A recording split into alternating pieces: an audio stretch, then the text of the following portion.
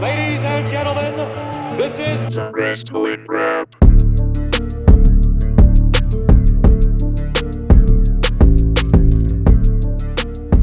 And welcome to the Wrestling Rap. I'm Clifford. The man to my left is Olumide. You saw him Monday night, featured in the Oba Femi Brock Lesnar segment, working as a security guard. So I'm just going to toss it right to him here in our focus feature. Just tell me what the hell happened on Monday. Well, I guess the setup is originally I wasn't going to be there. I was contacted the day before in the morning, afternoon, whatever it was. Hey, we need it. We need extra people. If you can make it, say something. If you can't, don't worry about it. So obviously I had plans that day for something else. So I had to scrap all those plans. So I had to go home, get my suit, and then take a drive to LA. And once I got there, a bunch of other people were there, and pretty much it was said, Oba Femi and Brock Lesnar they're gonna talk. There's a weigh-in for the Hell in a Cell match. You already know that, so you're gonna be there. That's pretty much the gist of the information I got. The funny thing is, initially, they were like, "Look, nobody has to worry. Nothing's gonna happen. Nobody's getting physical."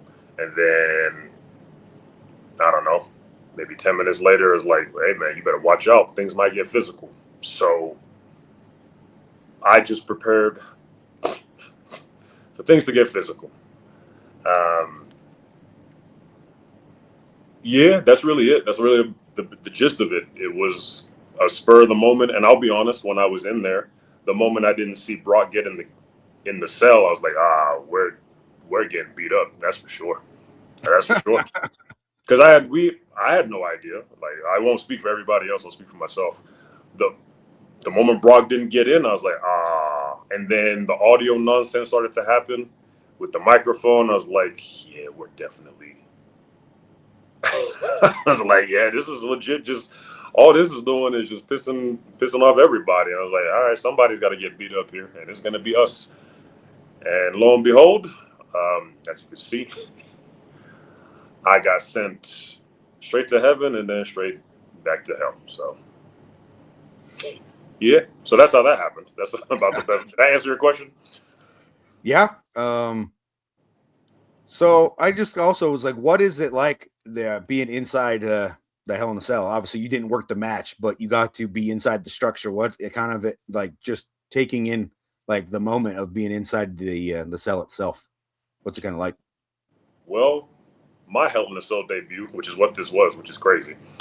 Um, I remember, so it's above the ring, right? So while hanging around, it's above the ring, so it's out of reach. But then the first time that I proper saw it was as I was walking towards it. I was like, and getting inside it, and I was like, "Wow, man, this thing is big. This thing is gigantic," and it's weird and it's a strange feeling how you can see the crowd, but obviously your vision is obstructed because of the cell. So it's very strange to look around and not be able to see everyone, or kind of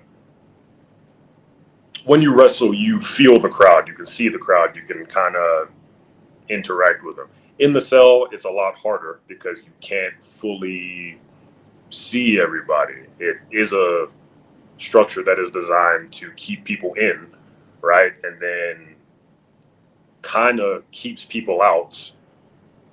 But it was quite something to, again, just be in such a giant structure and look at it and think, that's crazy that this is what freaking Mick Foley got thrown off and thrown through. That's crazy. So what's the reaction been like for you since that moment that kind of became viral? You and the guy that got power bombed are basically talk of the town. So I was initially, after it happened, after the show, I I'm not really one to. My social media game is not strong. It's not a strong thing, and that's just because social media. But whatever. So I remember thinking, oh, that was even for me, I was like, damn, that was a hell of a chokeslam. Like, I have no idea how high I got. Like, I don't know what happened. I just know I got chokeslam. And then I watched it back on Raw since it's streaming. So I watched it back and I saw it and I was like, well, damn. And then I saw the powerbomb after and I was like, oh, well, damn. So my reaction initially was, that's cool. But I knew, because I know how the world kind of works. And it's a weird thing to say, but I was like, no one's going to pay attention to the chokeslam. They're going to focus on the powerbomb in that situation because that's just kind of what people do. So initially I was like, well, I'm going to go unnoticed, which again, I did my part and it's fine. I didn't do it to be noticed. And then the next day is kind of when people started sending me articles and, screenshots and stories and messages and all this stuff. And I was like, what is going on here? And then the one that got me was an article that says, independent wrestler that was chokeslammed by Oba Femi has revealed himself. And I was like, what? Revealed himself? I was never hiding. So what am I revealing? But they were like, yeah, he confirmed his identity on Instagram because somebody again had shared it to their story. So I shared that to my story, and yeah, so I've seen quite a few articles about it, and I'm not one to read comments usually, but I was curious, so I read through comments and stuff, and people have taken it as something. So, and I will say it's an interesting moment to be known and noticed for taking a chokeslam while I can do many other things. This is what got everybody's attention. So I do find that quite, I don't know, is that ironic, funny? I don't know what word you would use there, but yeah. So, who, though, is the man behind the guy that got chokeslammed? Who is the Darkfox Olumide outside of the security guard for Monday? Well, some people know that, I guess, a brief story time. So I am of Nigerian descent. Both my parents are Nigerian. I was born in London, England. I've been living here in America for a long time now. Went to college for track and field. Went to school for exercise physiology to be a physical therapist, to find out how boring it would be for me personally. So I didn't want to do it anymore, and just did stuff, and then found my way to being a teacher, special education teacher for high school. And in that process, I knew I wanted to be a professional wrestler. I found a way to do it through Nathan Brick, who was my trainer and also kind of my coach in high school because I knew him in high school. And here we are many years later, and that is who I am now.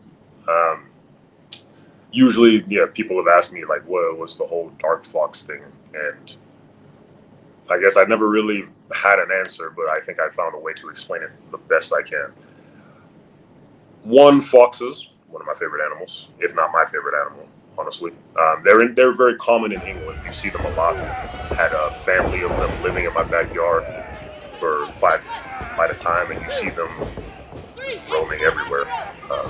So fox, favorite animal, something I grew up with. And the whole dark part just came from, the easiest way to explain it is the hype that everyone has now about this chokeslam, right? This is something that is seen.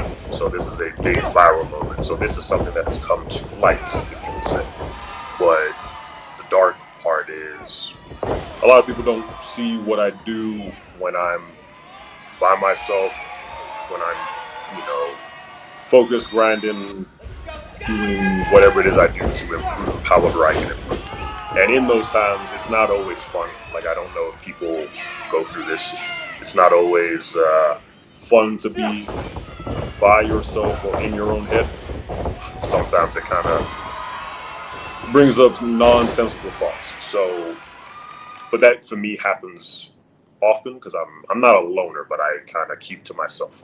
My circle is very, very small, and so yeah, in the darkness, that's where you do. That's where I do all my work. That's where I do all my grinding to now showcase what has happened, what all that trial, tribulation, and effort went through in the dark.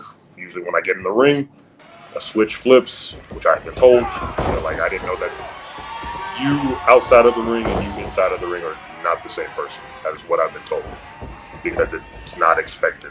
So yeah, I think that's an explanation. I think that answers your question.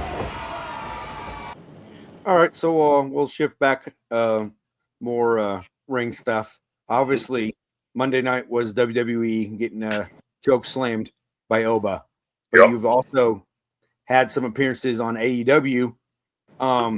So kind of just talk to me a little bit. What are some of the obviously there isn't too much comparison as much as you can. How do the situations kind of compare? Obviously, one with AEW, you wrestled. Monday night, you were just working as a background security guard. But what kind of how much can they, if they do, compare at all? They are the same in that they are both opportunities to showcase myself in some way, shape, or form. Right? They are both destination goals for people at this level. Any independent wrestler. Let me not say that because there are some people that don't want to go there, which is fine. But for people that want to wrestle professionally, make it their job, make it their career and go somewhere with this, AEW and WWE are two places to go to make that happen. In AEW, I've had matches. I've had, dark matches. I've had a tag match with Serpentico against Sammy Guevara and Dustin Rhodes, which is crazy. But obviously in WWE, I haven't had a match. I've only been background character one or whatever. But again, you get to showcase different things. Like I said, believe it or not, wrestling in AEW is not what got me all this hype. What got me all this hype was taking a chokeslam from Oba Femi as a background character, not being the main focus, but as a background character. So you see how in one case I got to showcase my wrestling skill and was praised for it. Not, I was told that I'm doing a good job. And on the other side, I showed that I'm not one-dimensional, I guess. And I'm willing and able to put ego and pride aside and do what needs to be done, right? Yes, I've been not a brag, I've been a champion here on the independent scene in quite a few companies. I've been to a few places, but that doesn't matter there, right? So I can't just bring that with me and expect, oh, you got to know who I am. No, nobody knows who I am. So now it is my job to make myself stand out or be known as best as I can in the most professional way that I can. And yeah, they didn't tell me stand on my head and breathe fire. They didn't tell me to do something I can't do. They told me, so they were like, hey man, you know how to get beat up? Well, that's kind of the job. Know how to get beat up. So I got beat up. You did a good job at that one, I will say. So we'll go back to, obviously, this is all centered around wrestling. Is like, and you do have to still get noticed as a independent wrestler to even get those moments. Because, and the last time we saw you in Reno was this triple threat match at the Wild West Pro event, which I have marked down as one of the top matches for the Northern Nevada area as we are halfway through 2026. Just kind of, if you can, walk me through this match a little bit. Did it kind of go as you were, obviously, this is going to go a little bit inside baseball if you want to answer this way. Did it go the way you were expecting it to go?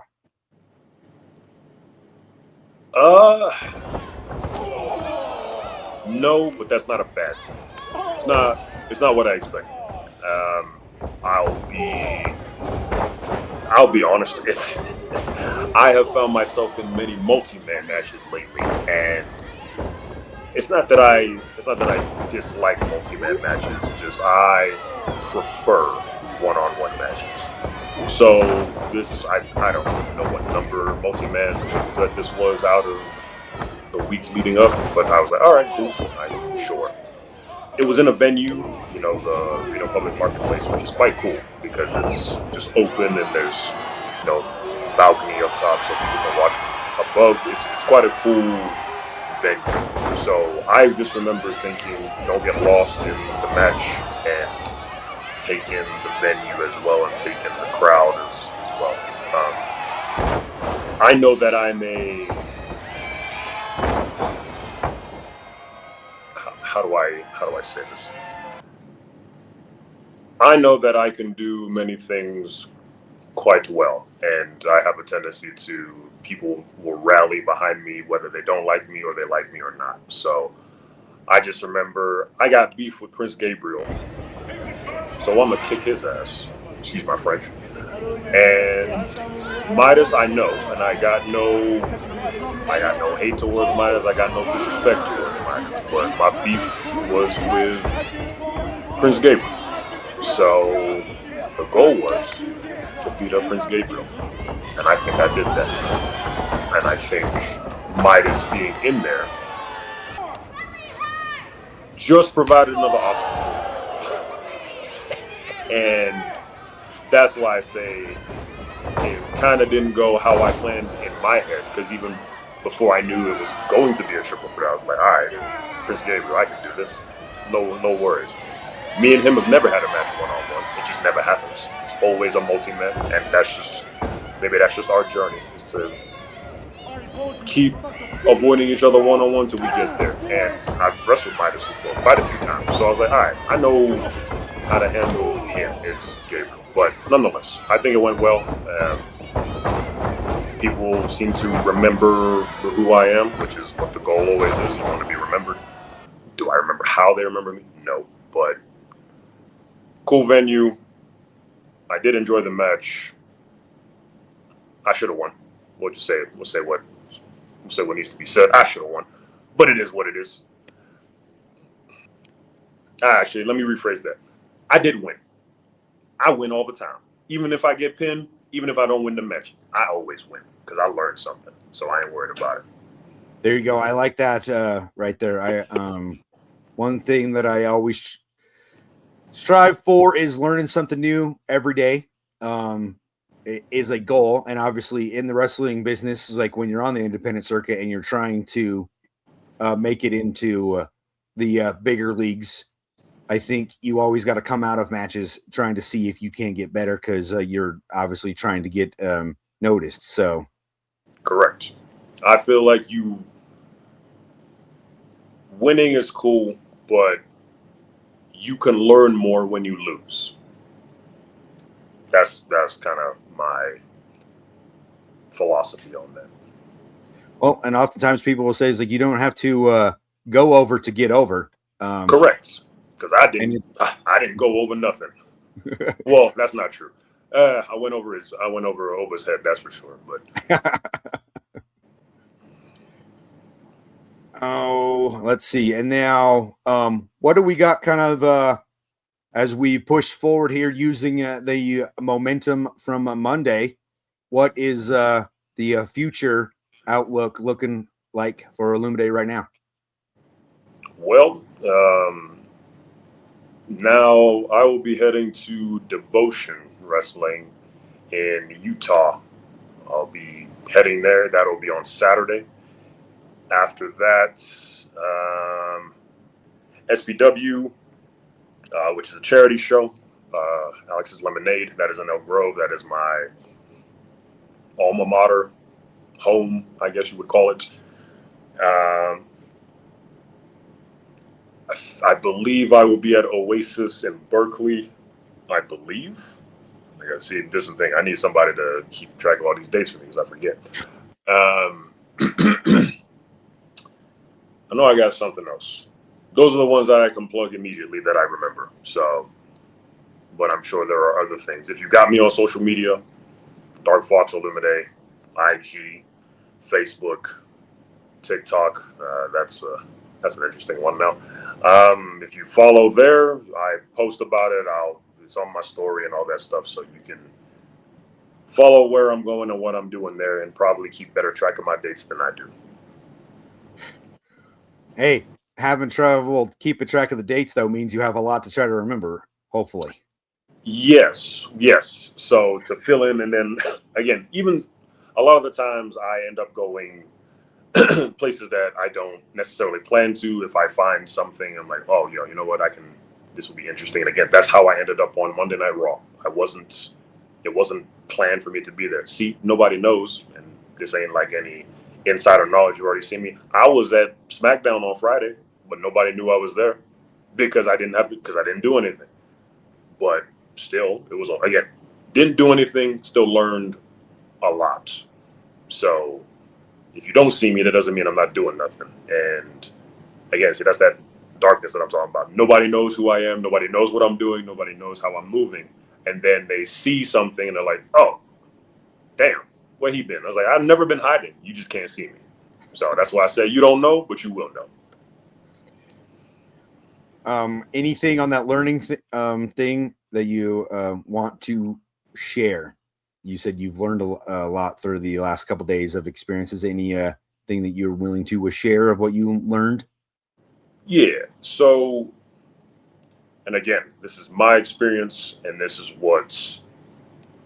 how I interpret the knowledge that was bestowed upon me by people who have done this longer than I have, do it better than I do it, at a higher level than I do it. So there is a difference between wrestling independent shows and then wrestling in places like NXT and then places like AEW, WWE, New Japan, even between different promotions. None of them are quite the same. But admittedly, I would hope everyone could understand that the gap between any independent promotion and Evolve, NXT, TNA, AEW, any place that has television, the gap is different.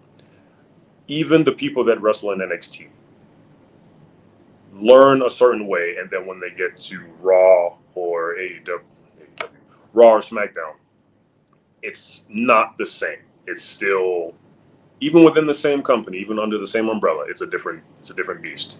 It'd be the same with Ring of Honor versus AEW, right?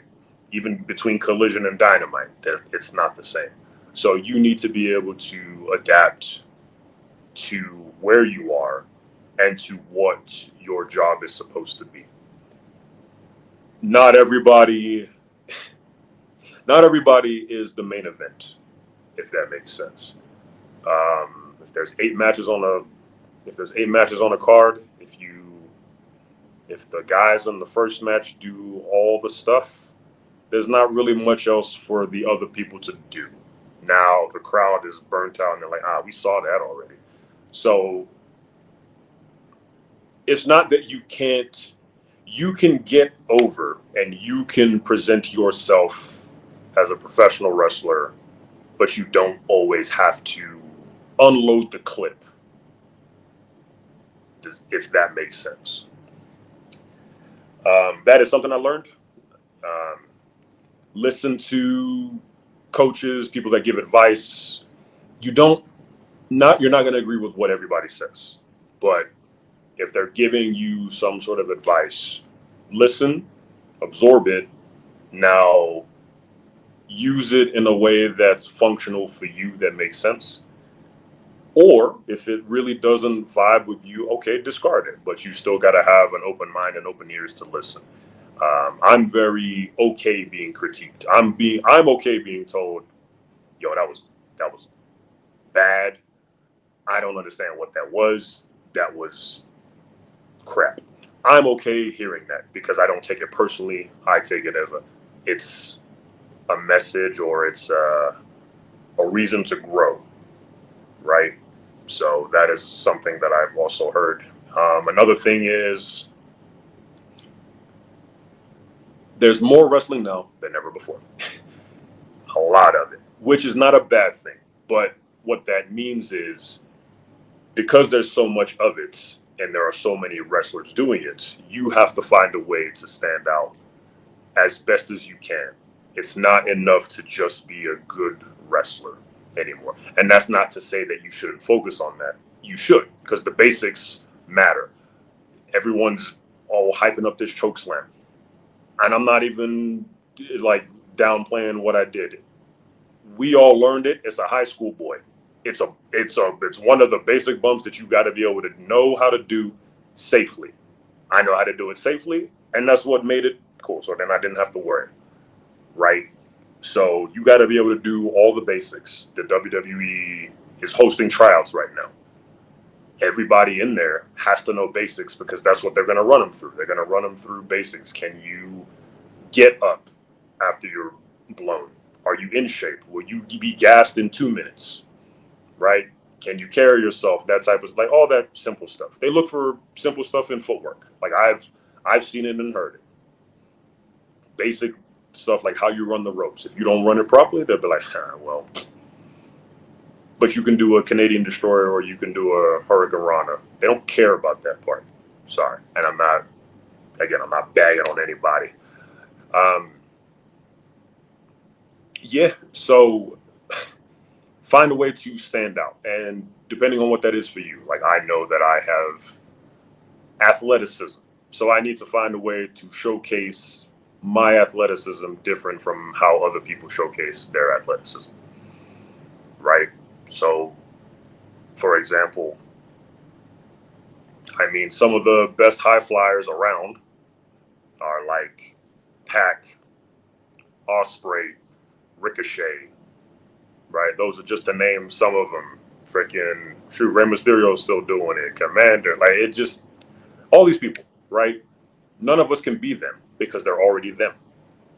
So you got to find a way if you're going to, the 619 is claimed, unfortunately. So no matter what, if you do it, no one's going to think Tiger Feint Kick because they don't even call it that no more. They call it a 619. So, yep. So you have to find a way to do it differently, make it your own. So it's not just, again, no shade. It's not shade. A 619 ripoff. My move, the Illuminator. People were like, oh, the AA, like what John Cena does. I'm like, well, damn. See, that's not good. Thank you for putting it in the same realm as John Cena's move. Yeah, but I don't want you to think of John Cena when you see me do my move. I want you to think of me, not John Cena, right? And I also learned this from watching Dark Side of the Ring, which kind of goes with what I'm saying. It was the Necro Butcher episode where it was Necro Butcher. He said the Johnny Valentine quote, I can't make people believe in wrestling, but I can make people believe in me. That is essentially what it is, right? You need people to be invested in you, not the move. Everyone knows a cutter as an RKO. Nobody even, it's an RKO. And who does that belong to? Randy Orton. So almost no matter what, if anybody does a cutter, you just automatically think Randy Orton. And before him, it was DDP. Yep. See? Like, there are certain moves that can kind of, I guess you can not inherit, but as time goes on, different people get associated with it. But that's how that works, right? The Tombstone Power Driver. We all know that's The Undertaker, right? Chokeslam. You think of Kane. Maybe you think of Oba Femi. Maybe you think of me now. That'd be great. But yeah, find a way to showcase you, but you have to be unique in how you showcase you.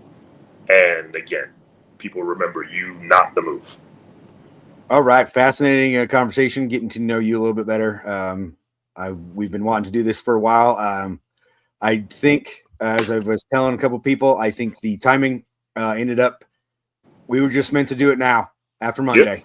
I think everything about this just led us to a Monday. It's like we needed the right moment. We got it.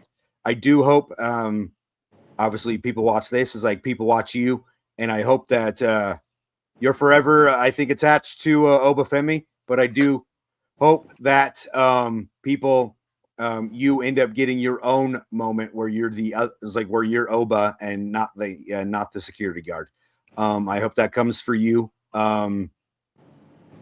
I do enjoy watching you work, and definitely enjoyed a Monday. But I want you to have your moment where you're the offensive guy, and you become the star.